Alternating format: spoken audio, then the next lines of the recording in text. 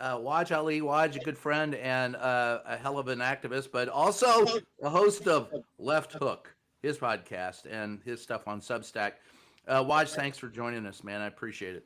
Thank you, Brian. You look shell shocked after having to endure the verbal diarrhea that is Donald Trump. I think you just told me you just stepped out of a briefing and you look like you've aged 46 years. That's right. I was 19 until this guy became president. Now look at me. I'm falling apart. I'm telling you. The reason why I had you here today, first, the big news. Joe Walsh, the former Tea Party congressman, has announced that he is now officially a Democrat. And I told you that before we started. And you've spoken often about communication and what the Democratic Party needs to do to move forward. Now, Joe is and I did invite him last minute. If he's available, maybe he'll join us. But the thing that Joe talks about is the need to include as many people as possible in the Democratic message. And there are those in the Democratic Party who don't agree with that. You've got Bernie and AOC have been on a tour, cancel the oligarchs tour. And then there are the others who say, no, we just need to be progressive and find progressive candidates. You've got David Hogg, who wants to primary incumbents, Democratic incumbents for younger people. So let's start with all of that. Do you think there is a place for Joe in the Democratic Party? So, politics 101 is you want to increase the pie and bring on as many people as possible because the more people means more voters, right? So Makes sense to me. Yeah, so that's number one. However, the question then becomes is what do you sacrifice and who do you sacrifice to bring on as many people? Are you sacrificing your ethics, your values, your message, and are you sacrificing your base? Now, this is the problem with the Democratic Party that we saw in 2024. And what I've said, Brian, is the Democratic Party hates its own shadow because its shadow is black. The Democratic Party, specifically the Democratic establishment, would want nothing more than to trade its base, which, let's be honest, Brian, is who shows up? Black women. Black folks, people of color. Then for this guy I call Chet. Chet is this mythical Rust Belt voter who drinks real coffee in the real cafe with wearing a MAGA hat. That's the guy that they want. Oh, how they'll give their soul for Chet. Oh, what Elisa Slotkin and Hakeem Jeffries and Chuck Schumer wouldn't give for Chet. And I keep telling them, Chet's not into you. Maybe you'll get one Chet. Maybe you'll get like a Chet from Idaho. But overwhelmingly for the past 10 years, Brian, Chet has told you that you're a pedophile, that you are a rapist, that you're part of the deep state. You know who's into you? LaToya. You know who's into you? Jose. You know who's into you? Brian Karam, son of Lebanese immigrants. You know who's into you? Like a Wajad. It ain't perfect, but these are the people who show up for you. So are you willing to give up your base to court this mythical Chet, right? And what we saw in the 2024 election, and I think this was a mistake, is during the second half of Kamala Harris's campaign, once she got the corporate consultants, Brian, what happened? The populist agenda, that messaging was blunted. Tim Walz was neutered, and now Tim Walz is openly saying, I made a mistake. I was neutered. I should have fought harder, right? They went for, at the DNC, Brian, they could have had just have a Palestinian speaker speak next to these amazing parents of the Israeli hostage who unfortunately was later killed, echoing the same message and then holding hands. Wouldn't that have been amazing? Literally, Brian, the lowest bar on earth. And what did the DNC say? No. Instead, we're going to give you Leon Panetta and a whole bunch of Never Trump Republicans, which is fine. But if you center the Never Trump Republicans above your own base, are you going to rally the base? And the answer is no. And what happened, Brian? People stayed home. And so what we need, I think, is a robust Democratic Party that leans in hard to the populist message. And I'll tell you this, you think I'm crazy here. There are people who voted for Donald Trump in 2024 and AOC. Now, investigate that. How the hell could people vote for AOC locally, for the House, and then for Donald Trump nationally? Because Donald Trump and AOC have tapped into something, even Bernie and others.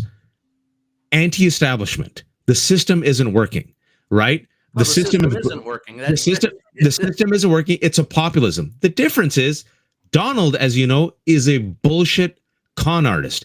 He is part and parcel of the No, 1%. but Donnie's so honest about everything. He's never lied to us ever. Golly. Well, okay, forget the. Okay, suppose you're listening and you're on the Wait, fence. but let me be serious. Wait, Mar-a-Lago, born to millions, right? Yeah. Lived in Trump Towers. But what did he do, Brian? He sold a populist message. Who sells a populist message and is authentic? AOC, Bernie. So if you want to give the big picture tent, you go off that populism. Even Joe Rogan, right? You know, he praised Joe Rogan. Joe Rogan was at the Trump inauguration. Who did Joe Rogan support before Donald Trump? Bernie Sanders. So there's something there. But corporate Democrats aren't going to jump on it. And that's why we're screwed. So is there a place for Joe Walsh in the Democratic Party? Look, I am not willing to sacrifice winning because so much is at stake to placate the grievance of a Joe Walsh or a Liz Cheney, right? Asking me to placate is he says he's done things wrong, that he was narrow-minded in the past, but he is conservative and does agree with Second Amendment rights and believes in justice for all and doesn't believe that Donald Trump follows the Constitution, and he just wants to be part of the big pen. Welcome. Big tent of the Democratic Party. But you have to realize if you're part of this party is not going to give up on Palestinian rights, Joe. This party is going to go after billionaires. This party is going to talk about taxing the rich. This party is fine. I think that there are plenty of Trumpers who would agree with those statements. I mean, individually. Absolutely. And the way you get them, Brian. Go ahead.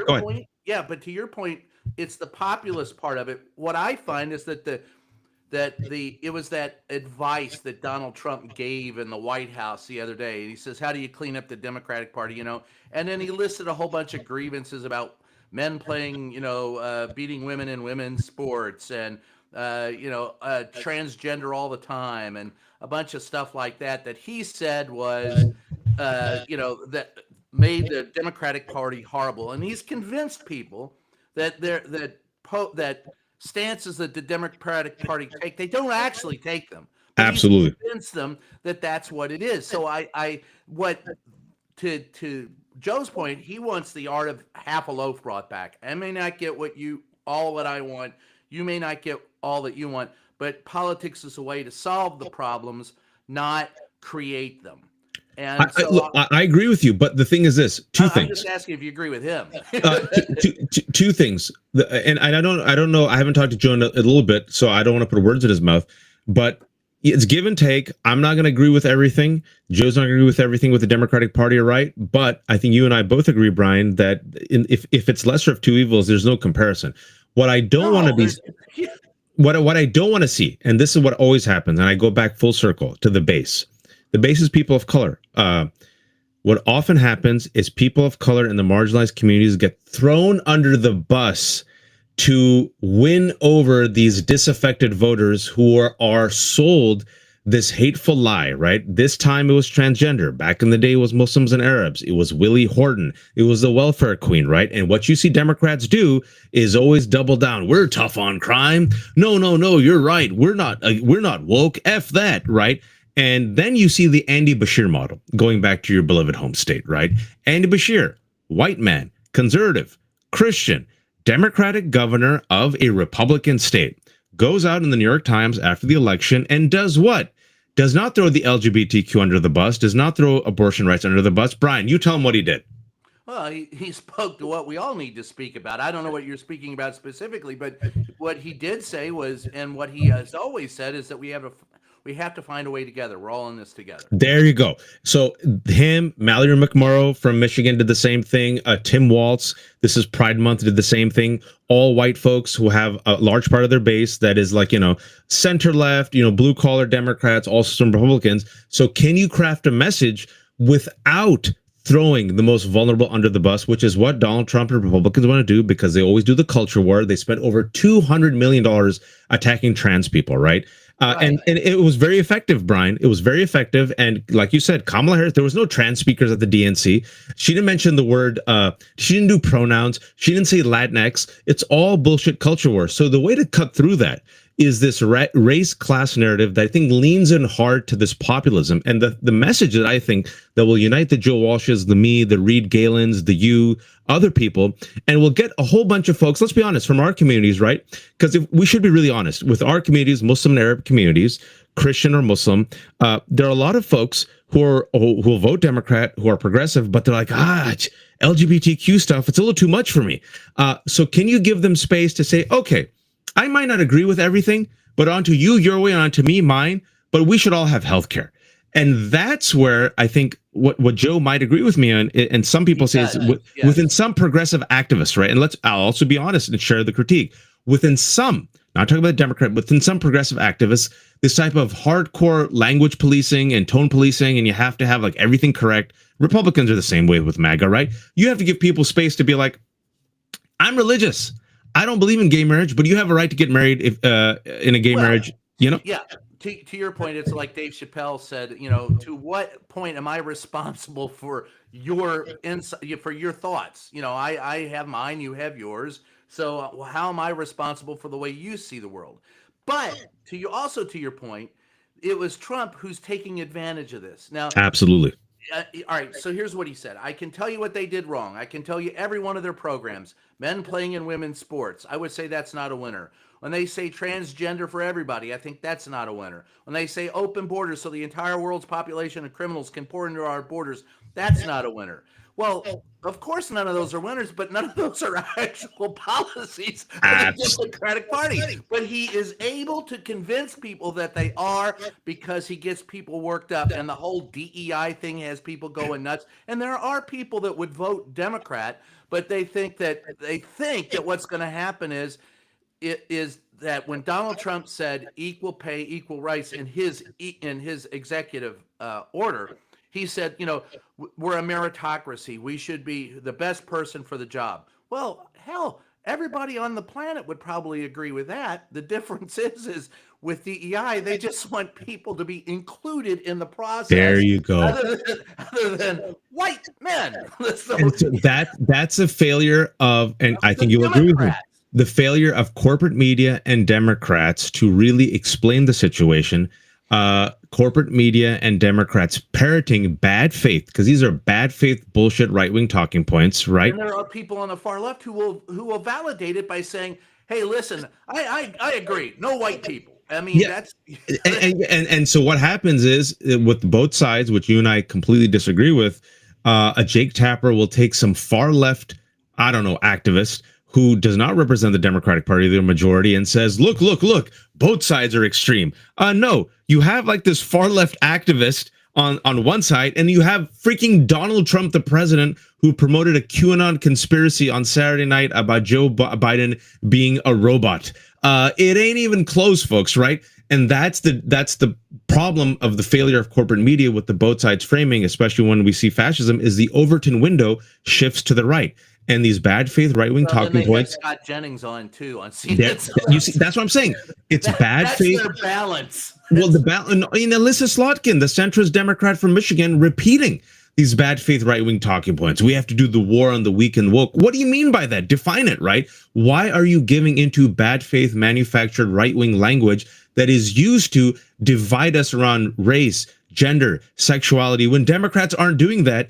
It's the culture war. It's the Southern strategy on steroids. In the past, it was black people. It's always black people, right? Welfare queens. It's been Arabs. It's been Muslims, Sharia, all bullshit. And this year, it was transgender, where they're literally now, Brian, more anti-transgender bills than transgender athletes in America. The same thing happened in Sharia. More anti-transgender bills than transgender people. Exactly, right? And how many transgender people were there at the DNC? 0. So you have to have a fighter who aggressively calls out the bullshit, but punches a bully in the face. I agree with that, but isn't that the Democrats' fault? Isn't that what I absolutely agree with you? Like, instead of cowering, say, what the F are you talking about? Transgender people, there's only 1%, and they're really good soldiers. And in your hatefulness, you removed them, and you removed women, and you removed black people. And now you have incompetent idiots like Pete Hegseth, who friggin' are sharing our military plans on Signal. And Donald Trump, according to Tulsi Gabbard, this leak that came out yesterday, I'm sure you saw this 2 days ago, you need Fox-style briefings because you don't, you need someone like, it's like, I know it's like when that lady last he has week. enough people from Fox News working for him. It should be easy. But Brian, it's like, look, it's very basic stuff. But if you only had competent people, like I'll give you an example. A couple of days ago, and I knew you'll like this. It was a woman. Of course, it was a woman. I think she was from MSNBC. I don't know. Don't quote me on that part. She asked him, "What do you make of Wall Street men calling you taco?" And he lost his mind. Yeah. So you need people just to do basic, right? Like, Brian, follow-ups, double down. What do you mean by that? Where's the proof? You know me. I've said all of that, I've said it early and often. I think that we've done a poor job, but I also wonder, because here's the thing. I talk to a lot of, I have in-laws and of course relatives, some of whom are Trumpers, and so you sit there and you talk to them for a while, and they go, I would be willing to vote for, I don't like Donald Trump, but he makes me feel more comfortable than anybody on the left. And I go, well, they're not even that far on the left. So to me, it boils down to a huge amount of miscommunication or non-communication. And you speak about black women being the Democratic Party. Well, that scares a lot of black men that I've talked to, when they didn't vote for Kamala Harris because they were afraid of that. So there's this whole, and also to your point, it's the Andy Bashirs, Chris Murphys, some of those people who are going to be able to speak better. But how willing would the Democratic Party be to accept them because they are white male? I think, look, who voted for Joe Biden? Black women, black folks, right? Who, why?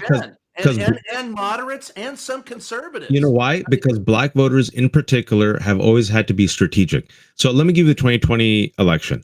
It was between two old white men, Joe Biden and Bernie Sanders, and we're in Virginia, right? And it was the primaries, and they were kind of neck and neck. Yeah, it was kind of neck and neck, but Joe Biden was surging because of Clyburn, and black voters are like, which white guy will other white people vote for? Biden. So they went in with Biden. And so in Virginia, most of us were undecided, and we're like, okay, is everyone voting for Biden? So be it. So people of color have always been very strategic. There's only been one black president, only one person of color president in our entire history. That was Barack Obama. Now, why did Barack Obama win? Is because of the utter failure.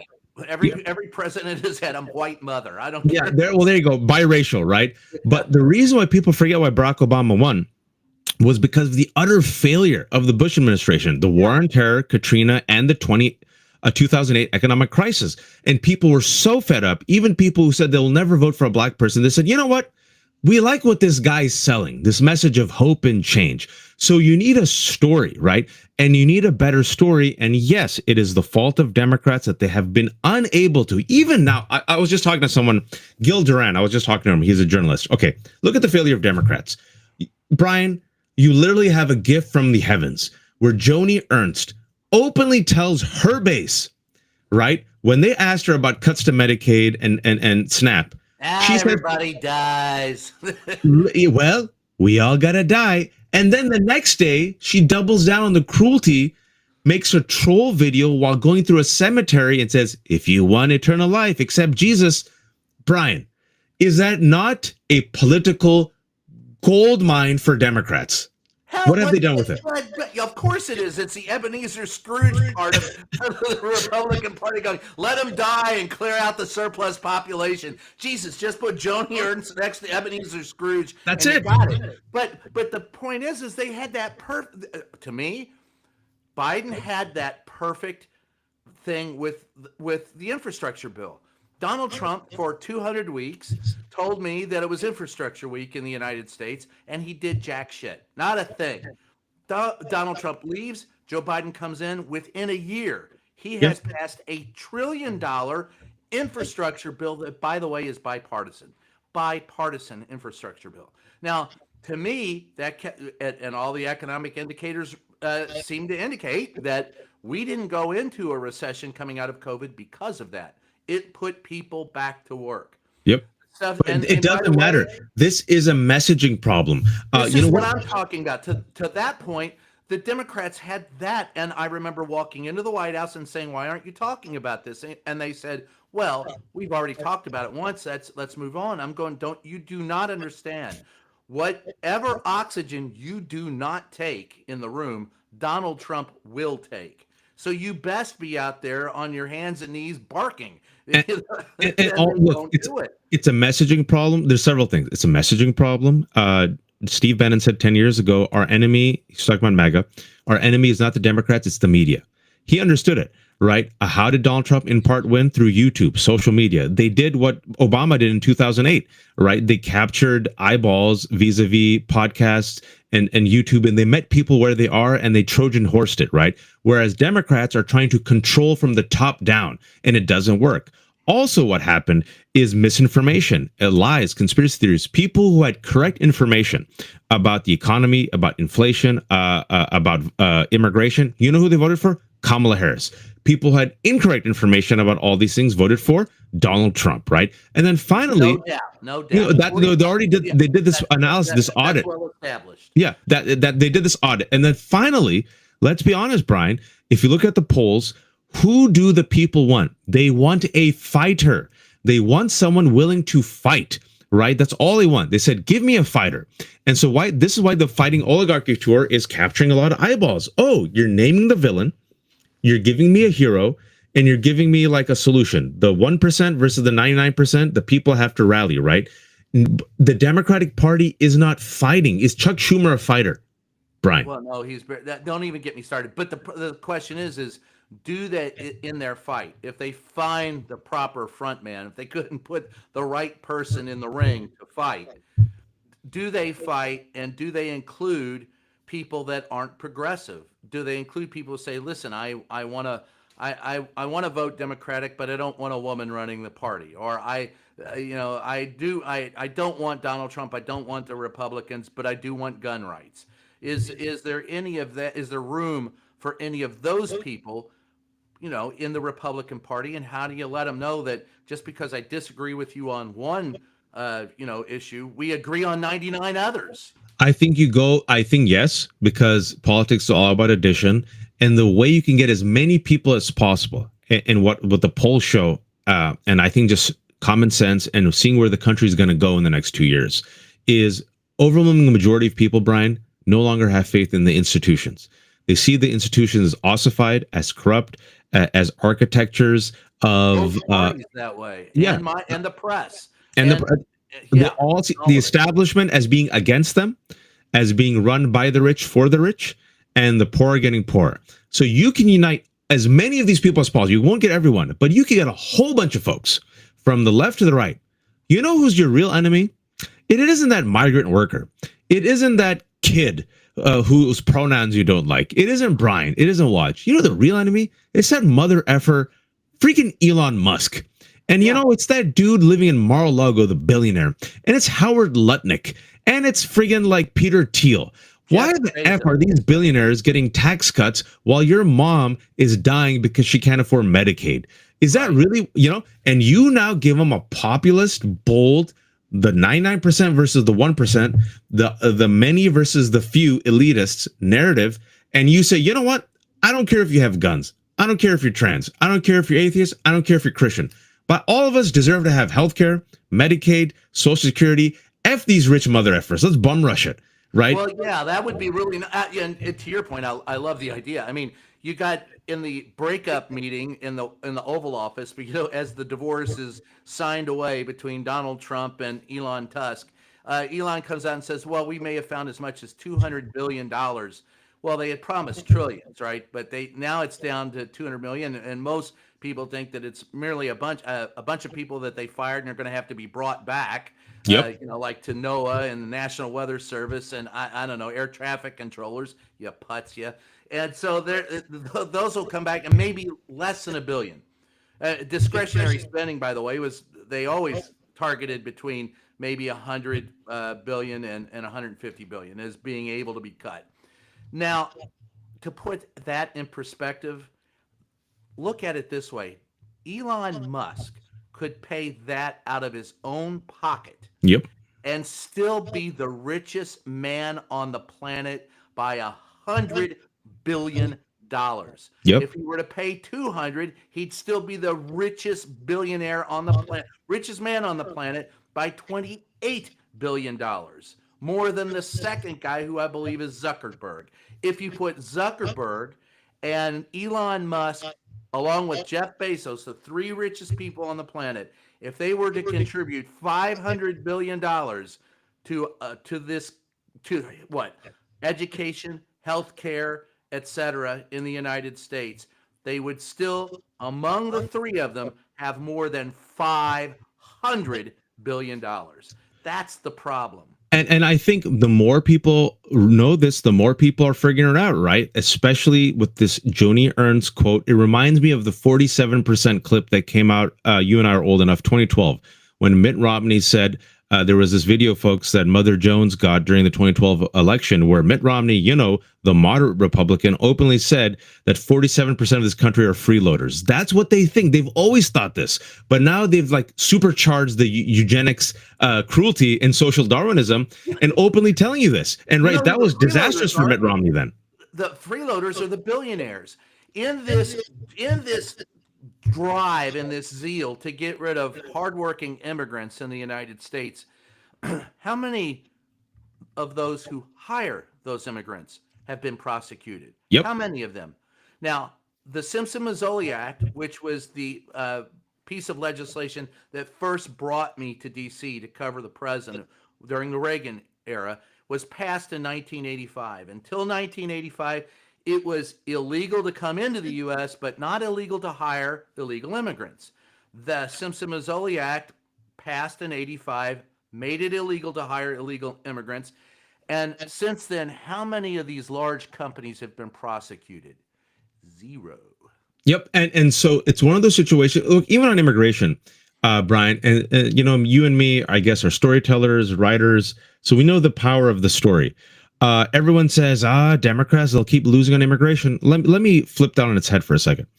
Senator Van Hollen, from Maryland, white man, middle-aged white man, right? Decided he would be the only person who would go to a CCOT, this gulag in El Salvador, where all these innocent brown men without due process were literally kidnapped and deported to, because Abrego Kilmar Garcia is from Maryland. So a whole bunch of Democrats should have joined him, but he went by himself. He decided to stay there until he got proof of life of Abrego Kilmar Garcia. It was in the news. What happened? As a result of Abrego Kilmar Garcia's story being in the news and corporate media being forced to cover it, and then as Trump officials to literally rationalize why they have sent a man that they have admitted was innocently sent to die essentially in a foreign gulag, now Donald Trump is negative double digits on Abrego Kilmar Garcia. So it just goes to show you, if Democrats fight and message properly on an issue that they always thought they were, we're gonna, you know, that's why they start off, we're gonna lose on immigration, we're gonna see soft on crime, let's just vote with the Laken Riley Act, let's agree with whatever Republicans say. Chris Van Hollen said, let me try something else. Chris Van Hollen did it, and now as a result, this middle-aged white guy from Maryland, his stock has risen, and now he has thrown his hat in the ring as a potential 2028 presidential candidate. It's a great example. A fighter who leads by values, who's willing to tell a story, right? And people are like, this is unfair, this is indecent, we want safe borders, but not like this. And then you saw the case of Rumeza Ostrich literally being kidnapped in the middle of the street by masked ICE agents simply for writing an article. And now you got Bill Kristol, friggin' neocon warhawk, going on CNN saying, yeah, maybe we should abolish ICE. So, you know, don't be afraid to fight. That's what I'm saying, damn it. What are your values? What do you stand for? What do you got to lose at this? What do you got to lose? You're hated. You've already lost your rights. You might as well give it a shot, you big bunch of puss. I'm not going to go. No, you should say that. Look at Hakeem Jeffries. You see Hakeem Jeffries, it was 2 days ago, Dana Bash was asking him, like, Representative Nadler's aide was friggin' manhandled by ICE. What do you all plan to do? We will respond at a time and place of our choosing, and no one can tell us what we'll do, when we'll do it. And Dana goes, what does that mean? Yeah, that's good question. What the hell are you talking about? That's the whole problem. See, but you point out what, so to circle back around, first of all, you do point out what we've talked about before, and that is messaging. The press will be there if the message is there. And so you've got a fighter, you've got a well-made story. Here's a guy fighting against the system. By the way, he's a U.S. senator. He shows up, man. That's the kind of thing that the media eats up. It's easy, it's dramatic, and by God, there's video. So we're there with spades. I mean, we're there. So that's we'll dig the hole. So as long as we can cover it. But the question is, does the messaging? How do you? I mean, for people like Joe Walsh. And for people who think that the far left, the extreme left, the extremely woke, who are always concentrating on pronouns instead of all the other stuff that matters, that they're dragging the Democratic Party down. How does the Democratic Party muzzle that, or do they? Should they? I don't think they should muzzle it. You can't. What you do is you take the Joe Walshes, you take the gun owning MAGA guy who's sick and tired of Trump because he realized he was lied to. You take the blue haired college kid with different pronouns and you say, okay, you're all Americans. We don't agree with each other, but that's fine. But you all deserve to live with peace and security, right? And I might not agree with you, but that's okay. That's what happens in a free country. Democrats doing that? No. See, that what they're doing is you got the Carvils who say play possum and don't fight. You got the Lisa Slotkins copying the language of the right wing. And then you know what I do see though is the AOCs and the Bernies actually what they're doing. It's smart because progressives realize you need coalition. What they're doing is they're getting a little bit more skilled in advance. So they're not talking about Latinx or pronouns or this or that. You know what they're doing? Let's unite people around the 1% versus the 99%. Now, that's why I like the fighting oligarchy, which, by the way, struck a nerve, folks. It struck a nerve. They went to these red states and they got all these workers and they're like, yeah, the oligarchs. Yeah, these friggin' rich mother effers. Yeah, I like this, right? So I think nothing's perfect, Brian, but I think, now whether or not AOC is the messenger or is there someone else, whoever is a fighter, number one, willing to literally punch a bully in the face. That's number one. That's what you keep seeing in the polls. We want a fighter. Number one. And then who has the best story that can get as many people as possible? It's not going to be perfect, but I think the story of the 99% versus the 1%. They are, even Mary Antoinette said, let them have cake. These mother effers are so greedy, they won't even give us crumbs. You don't believe me? Play Joni Ernst. Play Donald Trump being Ebenezer Scrooge saying, the girls need more than $2. I don't think so. Give your girls only $2. I'm going to get a luxury jet. This is the best. No one has ever come up with. This is like our country has never seen before. My ideas are the best. $2. Yeah. I mean, but even many people are like, what? Like, that's just beyond cruel, right? Like, because we all got kids. I got 2 daughters. So as this mother effer gets $400 million from crypto and has everyone knows this and has a plane, he's telling me that I can only give my daughter $2 and I should just suck it up. And my mom should suck it up and live a month without Social Security. That's what Lutnick said. And then just die. Yeah. And basically what now they're saying is, well, you're going to die. And not me, though. I'm going to be fine because I have healthcare and I have stock options and Joni Ernst has 7 figures. But you're going to die. So, I think, Brian, there's something about most Americans, as we've seen, they get radicalized. We have the attention span of gnats. As people, look, you can bullshit them about transgender. You can bullshit them about immigrants. But at the end of the day, it's very hard to bullshit people about what's in their wallet. It's very hard. People know. And then after a while, people say, I have less money now than I had before. I don't have Medicaid. I don't have Social Security. I don't have SNAP benefits. Things are worse. Mother effer, you lied to me. And you and I are old enough, Brian, that it took about 5 years for Americans to turn on George W. Bush. It took a long time. The economy, stupid. That's but then they turned. Yeah, and that was Carville at his best. He got Clinton to go, it's about the economy, stupid, and then people were going, yeah, God damn it, yeah. I mean, then you have Donald Trump coming out the other day in the Oval Office. He called it a press conference, and it wasn't. It was a press availability for his handpicked pool, and he came out and said, look, things are getting better. Gas is $1.99 a gallon. Everybody's doing a lot better. I haven't seen gas at $1.99 a gallon. According to government stats, the average, if you average it out all across the country, it's $3.16. The cheapest is in Mississippi, where it's $2.66. Nowhere is it $1.99. So I don't think his BS sells.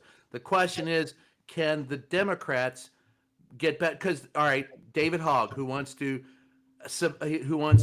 primary Democrats because he wants younger people in. Does that work? Is that selling the message? I think it might. You know what David Hogg is doing? I'm not pro Hogg or anti Hogg, but look at the What Hogg is saying is the following. He's tapping into something. These Democrats are literally dying in office, Brian. They're literally dying in office, right? So he says, okay, if you're not going to, yeah, if you're not going to move, I'm going to primary you. And a lot of people are like, yes, we need a. What the Democratic Party is witnessing, right, which is terrifying the establishment, which they refuse to confront, is what we saw happen with the Republican Party in 2010 and 2012. Remember Eric Cantor? You and I have the old memory. We have the gray hairs. Eric Cantor, he wrote a book. He was on the cover. It was him and McCarthy and Paul Ryan. They were the future of the Republican Party. All of them now are gone. Eric Cantor was going to be, the Jewish American Republican guy who's going to be sold to the mainstream. Guess what? The Republican base had other ideas. The Republican base said, nah, David Brett, a total freak Tea Party guy, is going to unseat you. And guess what, Republican establishment? We're going to reject what you're selling us. That's what's happening now. There's a culling. But this is like that scene, that famous quote from Charlton Heston, you have to pry this gun from my cold, dead hand. That NRA speech. You literally have Jerry Connolly, God bless. I thought you were going to go, get your hands off of me, you damn dirty ape. That too, from Planet of the Apes. But you got Jerry Connolly. Listen, folks, just sit with this for a second. 4 months ago, Jerry Connolly, God bless him, God rest his soul, was a great representative. Jerry Connolly was 73 years old. Jerry Connolly told people he had cancer. Jerry Connolly said, you know what? I want to be the head of the oversight committee. There was another Democrat who threw her hat in the ring. You know what her name was? AOC. Yeah. Jerry Connolly has about 4,000 people on Instagram when I checked. AOC has like millions. So Nancy Pelosi, you can't make this shit up, from her hospital bed, rallied votes for Jerry Connolly because you know what? He earned it. Jerry Connolly, 4 months later, passed away at the age of 74 due to cancer. They could have had AOC. You know who they could have had the head of communications? Jasmine Crockett. She threw her hat in the ring. When they look at these, the Democrats who are well-liked, she actually is one of the 5 people with positive ratings. You know who they gave it to instead, Brian? Tell them. Yeah, well, but all of that, the point is that their fear is that if you do this, that you will, if you primary them, that you're going to upset the apple cart to such a point that a Republican will win that district because the Democrats are fighting among themselves. Brian, the Democratic Party has a favorability rating of 29%, the lowest since 1994. Chuck Schumer and the leadership, Chuck Schumer is now barely double digits, has a favorability rating of 13. He's barely sentient, but that's another story. Did you see the video he did yesterday being more hawkish on Iran for the sake of Israel than even Trump? And people are like, what? Right? It's over. He's over. He's going to write him a stern letter. It's over. Like, I want to tell these people, you're not made for this fight. You're not built for this moment. It's over. But they refuse to acknowledge that it's over. So what you're saying is that what they fear, that Hogg and them fear because those people are in office. They fear if they're not allowed to stay in office that they'll lose the seat. Absolutely. Saying if you stay in office, we'll lose the seat. I agree with the Hogg on this, right? I agree with the Hogg's perspective on this, that if you stay on the office and maintain the status quo, which is what they're doing, you will lose and drag the party down. What we need is fresh blood, new blood. That doesn't necessarily mean young, because Bernie's in his 80s, Van Hollen, I think, is in his 50s, right? You need a fighter. You need a fighter spirit. You need new type of blood who's willing to take on this moment and confront it head on. And that's okay. You've done your part. You can be a Yoda. You could be a Harry Reid. Step aside. And you know that quote that came from within the Democratic Party when Jerry Connolly died, I think it was in Axios, they quoted a Democrat unnamed who said, you don't have to die in office, Yeah, that's right. You're not the Pope. Yeah, like you don't have to die in office. Retire. Respect to Durbin. Durbin is 80 and he was going to run again, and he thought about it and he said, "Okay, I'll back down." So respect to him. So you need a new type of mindset, and Democrats sometimes you just need a new face, and not necessarily a young face, a new face. Brian, you know this. Yeah. Yes, and somebody who will. So as we wrap up, let me just go back to where we started. All that you're talking about to convince people, look, the bigger strategy here, or the thing that I often don't hear about, is all right. We hear about Democrats trying to attract the middle of the road Republicans. The middle of the road Republicans have abandoned the Republican Party because they're too far to the right for most people who are sentient, cognizant of reality, and don't believe in chemtrails, or the fact that or the fake fact that Joe Biden is a robot. I mean, so for them, you can appeal to them, but what about the overwhelming majority of people who say screw you to both parties and they're not voting? Because that is the real silent majority. Absolutely. And so this is where I think this message of taking on the establishment, like, look, this is what people want. Why are people voting? Because those people think both parties are really corrupt. Brian, most people do. Like, I know a lot of Democrats who voted because of the threat of Trump, and they're like, I don't want to vote for Kamala. Both parties suck, but lesser of two evils. So, let's be honest. And I did this post yesterday where there's a great photo. Democrat, there was check a box next to it. Republican, there was a box next to it. Neither party, and that person checked that box and held that sign. How do you win over the disaffected voter? Most people don't vote. This is how you win them over. You give them a story. You give them a narrative worth fighting for. You cannot give them the status quo. The problem with Biden was, and he was a product of his age, he said restoration. And I said, this is why Biden was a one-term president, should have been a one-term president. Yes. People don't want restoration, Brian. They want reformation. And if you're not willing to have the guts to promise and fight for a change and reformation, then you're going to lose. Donald Trump sold a bullshit narrative of change. It was all about wealth transfer to him and his corrupt family and his friends. You need Democrats to finally challenge the corporate class, the billionaires, the money, and say, we're going to fight for the people. Whoever has the guts to do that, I think wins over the majority. I think you're right. And I think if they do that properly and bring in some of the people that are right of center, left of center, and get those who are voting, not voting to vote. Yeah. That's a tall order, though. That's a tall order, and but it's doable. You and I have lived through it. It's doable, but will they do? I sat there as we finish. I will just say this: I testified before an FCC commissioner in Los Angeles recently, who was on a listening tour. She's one of the few Democrats, and she goes, free speech is under attack. We've got to do something about it. I go, no, you don't get it. We already lost free speech. I've been fighting this fight for 40 years. We'll stand up and fight, but you got to have our back. You and government have to do your fucking job, and they don't do it. And so you see a lot of people scared shitless that no matter who they put in, they're not going to do the job. So the person that the Democrats find, there are people that will vote for Donald Trump. How pathetic is it that there are people that feel don't really like him, but think he's the lesser of two evils? But you know why, Brian? In what universe is he the lesser of two evils? One where there's no morality. Yeah, well, the cruelty, it shows the cruelty of America. But another thing is perception. Yes, perception. They see Republicans as alpha, as sharks. They get shit done. So look again. Of course, but it's so what I recommend is Democrats be fighters, be bold, go against the establishment, promise bold change on behalf of the majority, keep punching Republicans in the face. And people say it's impossible. I never thought in my lifetime, I would see a black man become president. Obama said hope and change. And it just captured the zeitgeist. I think the zeitgeist will be captured by that one politician who is willing to have a populist message and take on the establishment, both within the Democrats and the Republicans, and take on the billionaire class. And that's how you win over enough people from the fringes, from the centers, and from the base to get the majority. I really believe that. Well, and I think you look at some facts. Here's, as we close, look at this. This is important to me. When the Republican Party started in 1860, their very first president elected out of the gate is often regarded as one of, if not the best president in the history of the United States, Abraham Lincoln. Since then, they've only managed to place, I think it is, all right, while every Democratic president since Woodrow Wilson, with the exception of Jimmy Carter, and I think this is horrible, but has been placed in the top 20.